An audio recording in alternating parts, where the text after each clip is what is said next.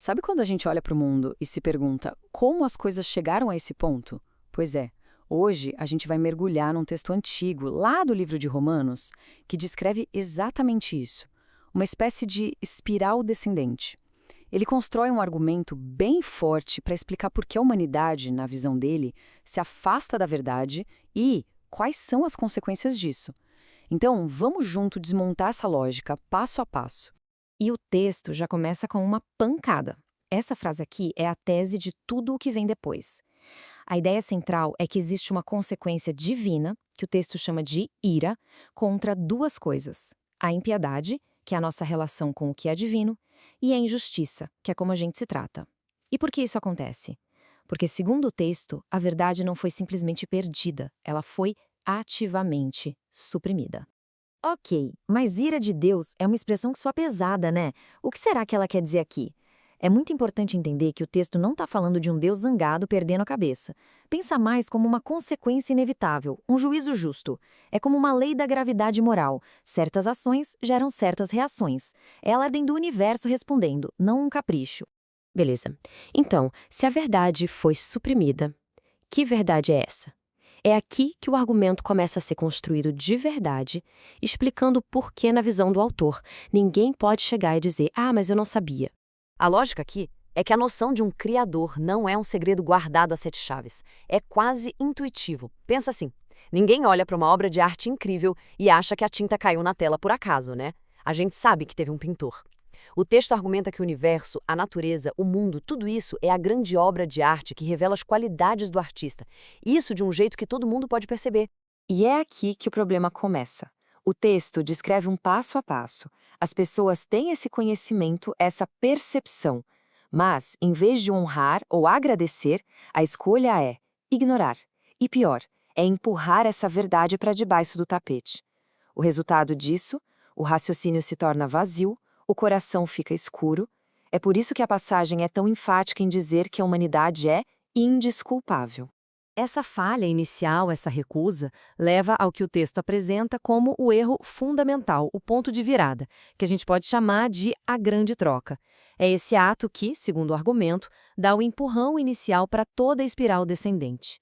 E olha só que troca desastrosa o texto descreve. Primeiro, trocam a glória do Criador imortal por imagens de coisas que morrem, que apodrecem. Depois, trocam a verdade sobre Deus por uma mentira. E no fim das contas, a inversão total. Trocam a adoração ao Criador pela adoração à criação. É como passar a vida inteira admirando a pintura, mas se recusando a reconhecer o pintor. E a gente precisa entender o peso disso. A idolatria aqui não é só mais um erro numa lista. Não. Ela é a raiz de todos os outros. É como a fonte de um rio poluído. Todas as outras disfunções, todos os outros problemas que o texto vai descrever, nascem dessa recusa fundamental em dar ao Criador o seu devido lugar. Certo, se a grande troca é a causa, qual é a consequência? Lembra daquela ira de Deus que a gente falou no começo? Que não era raiva, mas uma consequência justa? Pois é. Agora vamos ver como ela se manifesta na prática. O texto descreve uma descida em 3 etapas muito claras. E a forma como o texto narra isso é muito poderosa. Presta atenção na repetição. 3 vezes uma frase-chave soa como uma sentença. Deus os entregou. Primeiro, a impureza. Depois, a paixões degradantes. E, finalmente, a uma mentalidade distorcida, reprovada. É uma progressão, degrau por degrau, ladeira abaixo. Mas o que significa esse entregar? Não é Deus empurrando alguém para o erro.